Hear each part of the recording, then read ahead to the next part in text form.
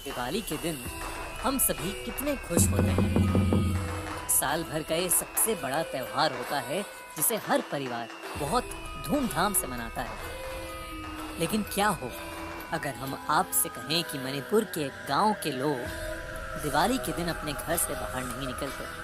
क्या हो कि अगर हम आपसे कहें कि एक ऐसा गांव है जहां दिवाली खुशी का नहीं बल्कि खौफ का त्योहार होता है।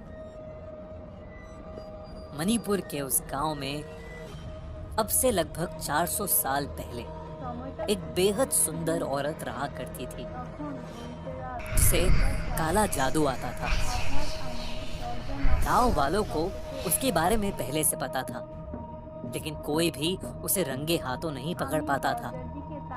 उस औरत ने गांव के एक हट्टे कट्टे पहलवान से शादी कर ली थी जो पूरी तरह से उसके वश में था।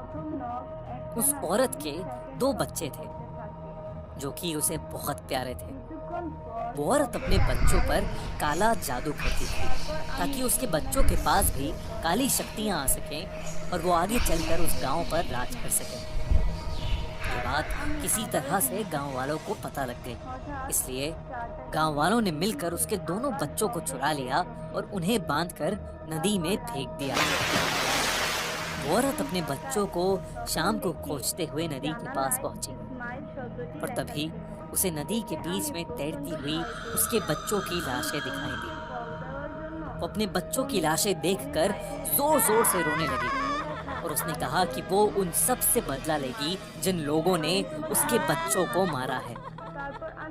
उस दिन से वो औरत रोज रात को अपने पति के साथ बाहर निकलती और गांव के बच्चों को चोरी करके अपने घर ले आती। इसके बाद वो उन्हें सुलाकर उनमें अपने बच्चों की आत्मा डालने की कोशिश करती। उसका जादू अभी इतना भी मजबूत नहीं था कि वो किसी मरे हुए इंसान को जिंदा कर सके। इसीलिए बहुत बार वो अपने बच्चों की आत्मा को दूसरे बच्चों के शरीर में डालने में नाकामयाब हो जाती थी, जिससे उन बच्चों की मौत हो जाती थी। गांव के सारे बच्चे जब एक एक करके गायब होने लगे तो उन गांव वालों को शक हो गया कि जरूर वो औरत ही उन्हें ले जाती होगी।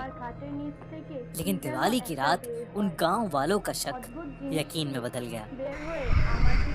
उस रात उस औरत के घर से जोर जोर से अजीबोगरीब आवाजें आ रही थी।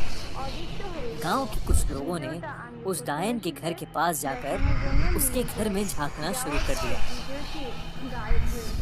उन्होंने देखा कि वो औरत 2 बच्चों को जलती हुई आग के बगल में बांधकर कुछ मंत्र पढ़ रही थी। गांव वालों को जिस मौके का इंतजार था वो उन्हें मिल गया। वो पूरी तैयारी के साथ उसके घर में घुसे और उस औरत को और उसके पति को एक खंबे से बांध दिया। वो औरत चिल्ला चिल्ला के बोल रही थी कि आज वो दिन था जब उसके बच्चे उसे वापस मिल जाते। वो गांव वालों से भीख मांग रही थी कि वो उसे छोड़ दें, लेकिन गांव वालों ने उसकी एक नहीं सुनी। दिवाली का दिन था तो गांव वालों ने सोचा कि वो उस डायन को पटाखों से जलाकर मार देंगे। उन लोगों ने उसे और उसके पति को पटाखों से लपेट दिया और उन पटाखों में आग लगा दी। पटाखे जोर जोर से बजने लगे और उन दोनों के कपड़ों ने आग पकड़ ली। उसका पति वहीं जलकर राख हो गया। लेकिन डरने की बात ये थी कि अब वो औरत चिल्ला नहीं रही थी। वो हल्की आवाज में कुछ बोले जा रही थी, जैसे मन ही मन वो कुछ मंत्र पढ़ रही हो। गांव वालों ने इस पर ध्यान नहीं दिया और वहां से चले गए और यही उनकी सबसे बड़ी गलती थी।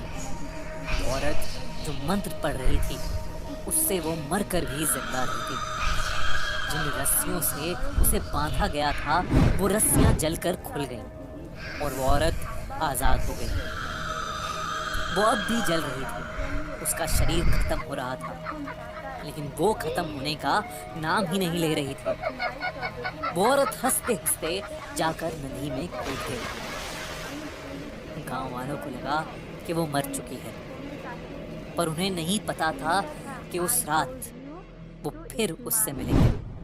जिन गांव वालों ने उसे जलाया था देर रात उन सब गांव वालों के घर के दरवाजे पर जोर जोर से ठक ठक हुई।